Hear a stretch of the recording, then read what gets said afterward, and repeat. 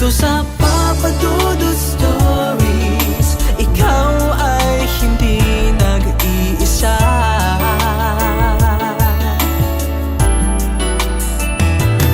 Dito sa Papa Dudut Stories, may nagmamahal sa'yo. Papa Dudut Stories, Papa Dudut Stories,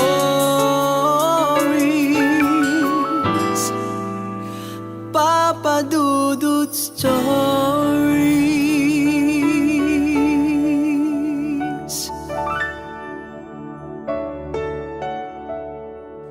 Magandang araw po sa inyo mga ka-YouTube.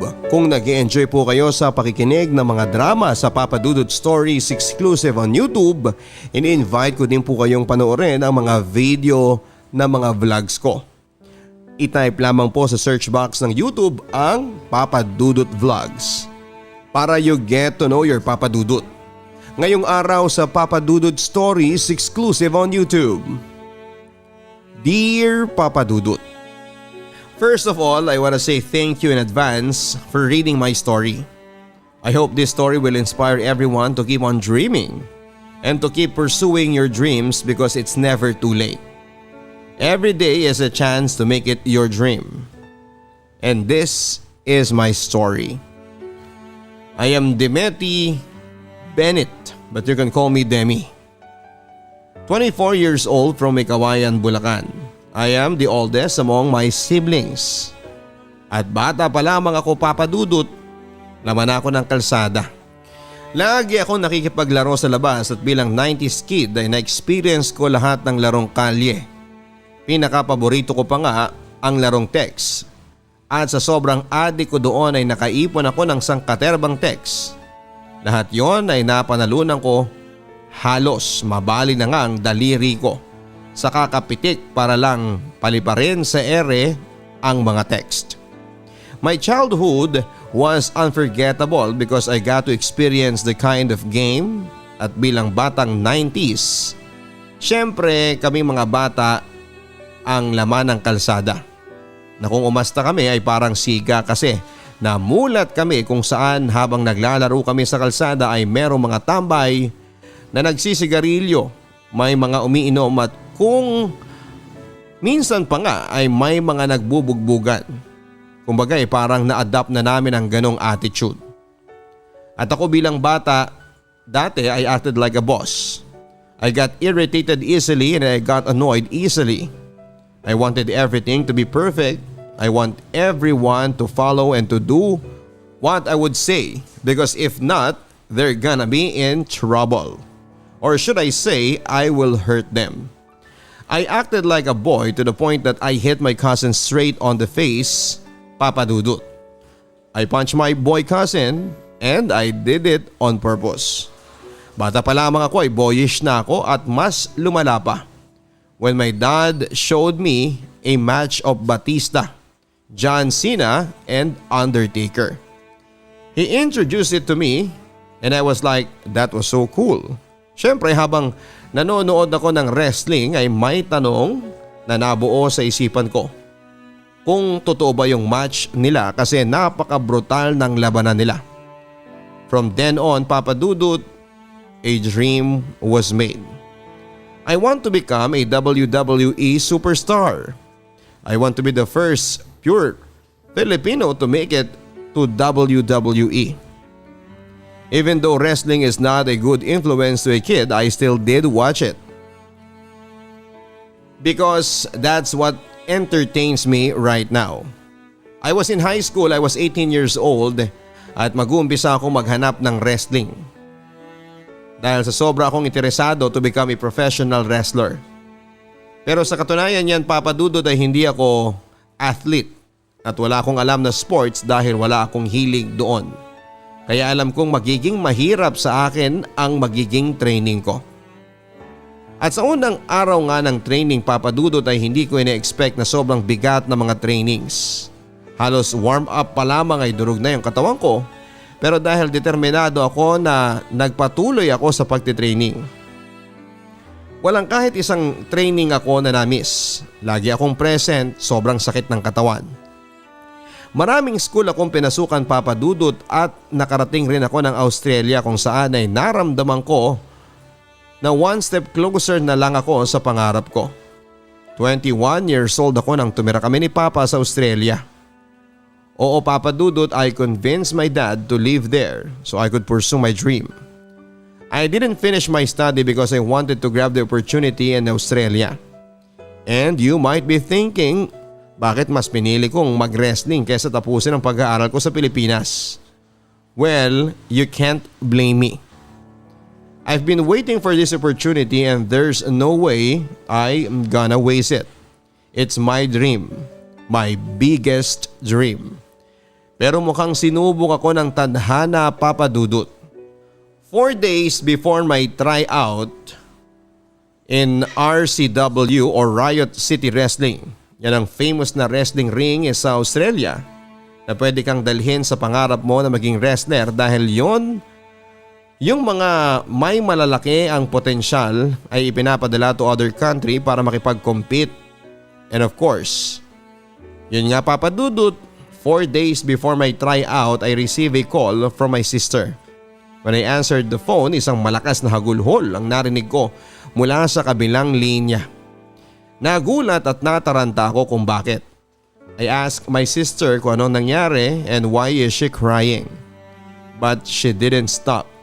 She just kept on crying. After a few minutes, she already told me that our grandma has passed away. Para akong nabingi ng mga sandaling yon. Mas mabigat pa sa training ang naramdaman ko. Bakit kailangang mawala ang lola ko? Bakit kailangang may mawala sa pamilya ko? Bakit kung kailan pakiramdam ko ay malapit na ako sa pangarap ko bilang ganito ay bakit lola? Bakit? Yan yung mga huling salita na nasabi ko sa huling araw ng burol ng lola ko, Papa Dudut. Oo, umuwi kami ni Papa sa Pilipinas. Hindi ko tinuloy ang tryout ko sa Australia dahil alam kong hindi ako makakapag-concentrate. Naalala ko pa ang huling sinabi sa akin ni Lola sa tawag bago lumipad papunta kami ng Australia. Huwag daw akong susuko sa pangarap ko kahit na ano ang mangyari.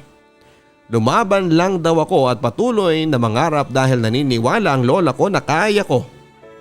Pero kaya ko nga ba? Ngayong napaghihinaan na ako ng loob. Dahil ang isa sa mga naniniwala sa akin ay wala na. Paano ko pa papatunayang kaya ko? Marami pa ang naging hadlang sa mga pangarap ko, Papa Dudut. Maraming hindi naniniwala na kaya ko.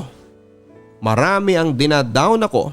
Marami ang natatawa dahil isang malaking kahibangan daw ang mga pangarap ko na imposibleng magkatotoo.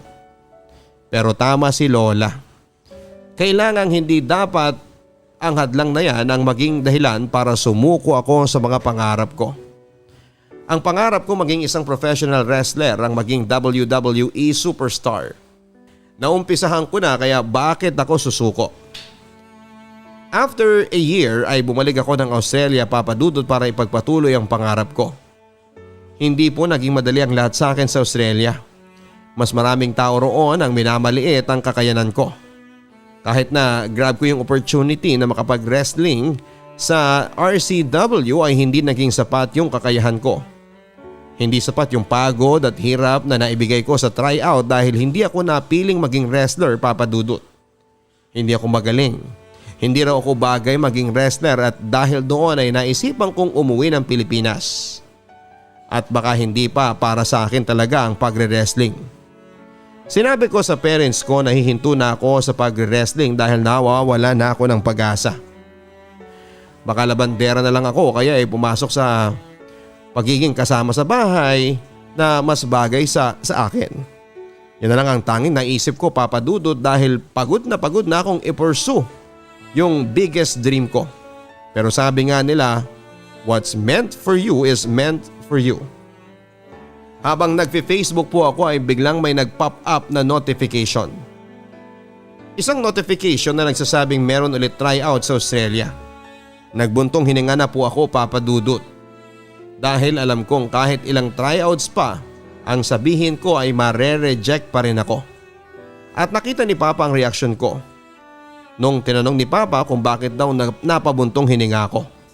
At sinabi ko yung tungkol sa may tryout ulit sa RCW at alam kong alam niya na kung bakit ako napabuntong hininga na lamang. But Papa was cheering me up. He convinced me to continue my dream dahil hindi pa huli ang lahat. After that ay lumipad ako ng papunta ng Australia para mag-try out and guess what? Akala ko talaga ay malayo maging wrestler ako, Papa Dudut. Akala ko hindi ko magagawa pero yes, Papa Dudut, isa ako sa mga napili na ipagpatuloy ang pangarap kong maging wrestler. Ngayon, andito ako sa Amerika at 5 months na akong nagre-wrestling. Hindi man sikat na wrestling ring, pero at least isa na akong ganap na professional wrestler. Marami man ang naging hadlang sa mga pangarap ko. Marami man ang hindi naniniwala sa kakayahan ninyo. Basta lagi nyo lamang isa puso ang pangarap nyo at ito ay makakamit ninyo. Tiwala sa sarili ang importante sa mga ganitong hamon ng buhay. Muli maraming salamat Papa Dudut sa pagbasa ng aking story at sana kahit papaano ay na-inspire ko kayo na patuloy na mangarap dahil walang imposible sa taong may pangarap. Ang buhay ay mahiwaga, laging may lungkot at saya. Sa Papa Dudut Stories, laging may karamay ka.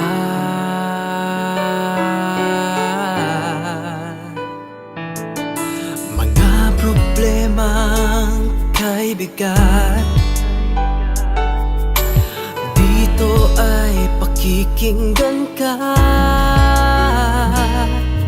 Sa Papa Dudut Stories, kami ay iyong kasama. Dito sa Papa Dudut Stories, ikaw ay hindi nag-iisa.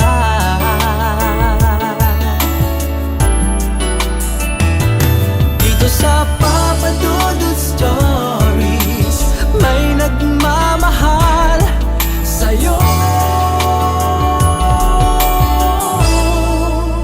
Papa Dudut Stories, Papa Dudut Stories,